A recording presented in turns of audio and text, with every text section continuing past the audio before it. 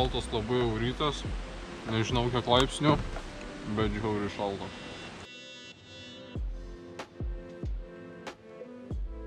Na, namukas. Štai toks fainas mažiukas namukas, kuris atrodo tik stogas yra, bet iš tiesų taip nėra. Yra vienas saulės elementas, bet elektra kažkaip neveikia. Jo, atrodo kaip stogas, bet čia yra tokia landynė, čia yra landynė, sandėliukas, o tenais laiptai yra. Tai nėra vien tik tai stogas. Toks va namukas, ten yra toks kaip loftas, terasėlė padaryta. Yra židinys, tai jis yra atidarytas namukas. Čia negalima miegoti, nežinau, šunų negalima leisti, basom reikia vaikščioti, atliekų nepalikti. Tai žodžiu, namukas skirtas dieniniam apsilankymui, bet ne nakvojimui. Bent jau taip pagal oficialias taisyklės, bet gal ir galima būtų pernakvoti, jeigu čia jau labai jau prastai būtų. Tai jų nemažai yra išdėliota čia Norvegijoje iš tiesų. Užmačiau vieną tokį žemėlapį, kurių yra sudėlioti ir jie tokio pačio tipo visi daromi maždaug. Kad dieną galėjo atvaryti, savo pasibūti. Bet vat, man ir visai patiko pernakvoti čia, aš to apeinam jie. Pažiūrėsim, kur buvo mano šiandienos landynė.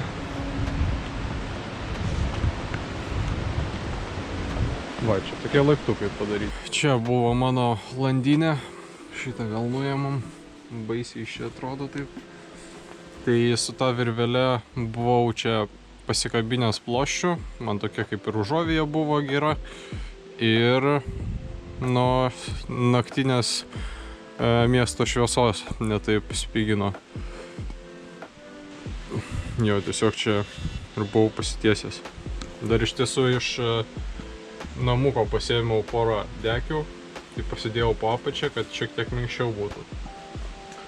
Na ir va, ne visi daiktai atnešti, kai kurie ant dviračio liko, jis ten apačioje. Ir permiegojau čia. Bet naktį pelės čia krapštis ir sugriaužė blin mano šitą, bet tik popieriuką gerai, kad apgriaužė. Tai aš jau paskui nusigandau, kas čia vyksta, kas čia griaužė. Paskui pabandžiau pastuksenti taip vos ne į sieną, į tą suolą, kur miegu. Bet paskui prisiminiau visigi daiktai sudėti dar po to suolų.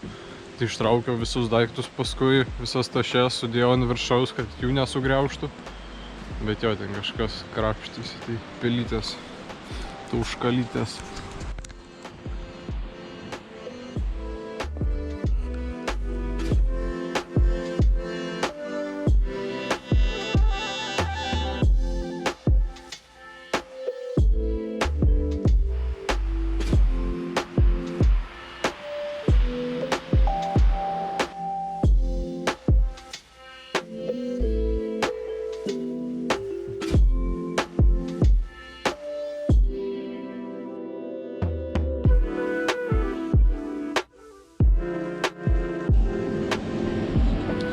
Taigi esu Oda miestelyje, montuoju video, tik ką lietuvių sutikau, paplepėjom kokias 10 minučių. Tai pasirodo tikrai nemažai čia lietuvių gyvena ir reiktų man pasidomėti, nes Bergene buvo netgi lietuvių bendruomenė. Nu, reiktų paieškoti, nes norėčiau kažkur apsistoti, dušą ramiai nueiti visas išsiplauti ir drabužis išsiplauti. Tai vien tik dėl to reikėtų pasiieškoti lietuvių, kas galėtų priglausti nakčiai. Jo, video eina į pabaigą montavimas, dabar jau 11 valanda. Užkandžiauju truputėlį, kavinukį tokio įsikūriau, tai pasiėmiau bandelę.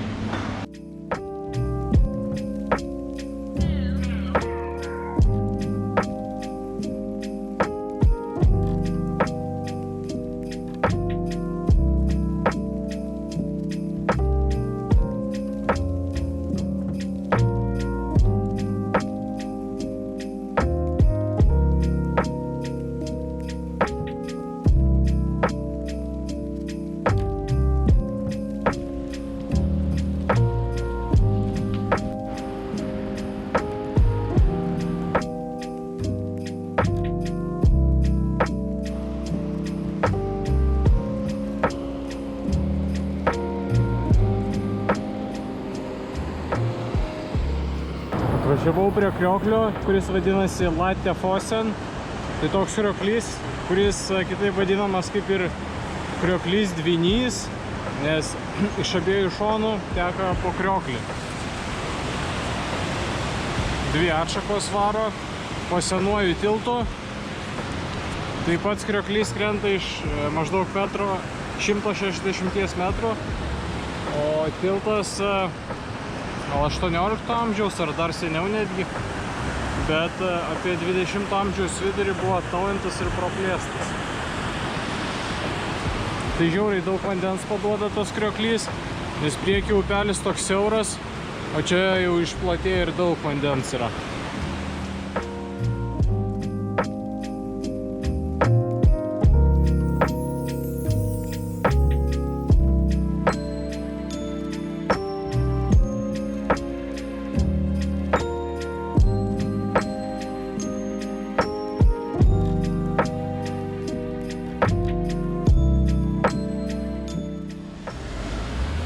Lietus.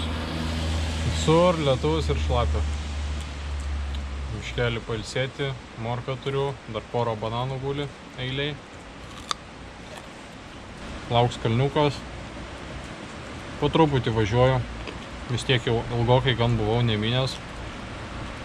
Prieš laisvadienis, tada trolio žuvį, tada trolio žuvį. Kokios 4 dienos tokios pustuštės. Nu, be minimo.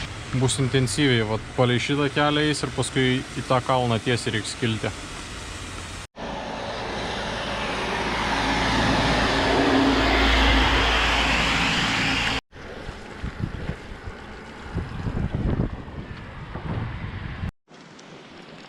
Va čia tai gyvenimėlis. Mašina, upė teka ir kad į namus pakliūti, visada reik per tiltą vaikščioti kabantį. Nu, įdomi. Tokiais va serpantinais leidžiamės link fjordo. Priekyje matosi Langfoss krioklys, kuris krenta nuo 600 metrų aukščio ir yra 5. pagal dydį Norvegijoje.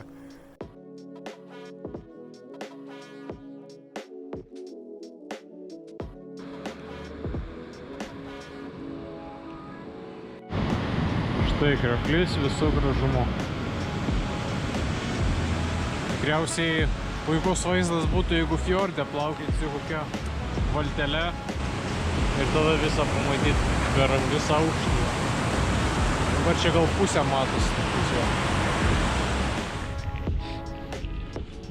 Jau artėja link 8. Vis temsta jau po truputį. Vis stipriau ir stipriau, tad jau ieškausi nakvynės. Gal kokių 10-20 minučių bėgyje pavyks rasti kažką. Vis važiuoju, bet nelabai randu. Temsta labai greitai. Kažkaip ir nevalgęs šiandien per daug, tai toks jau jėgų visiškai nėra. Nu, kaip nors reikia veikti paskutinius kilometrus. Tikiuosi paskutinius. Tikiuosi greitai rasti jau.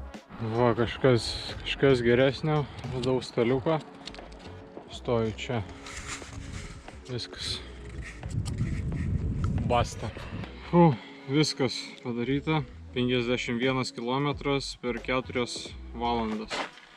Tai nuo Odo miestelio beveik be sustojimo važiuodavau, kartais vat, apsirengti ant lietaus, vieną kartą sustojau prie parduotuvės, porą bananų suvalgiau tada. Bet šiaip sunkus minimas buvo, toks labai lėtas ir lietingas ir šaltas, vidutinis 12:32. Viskas, iki rytojaus. Čiau.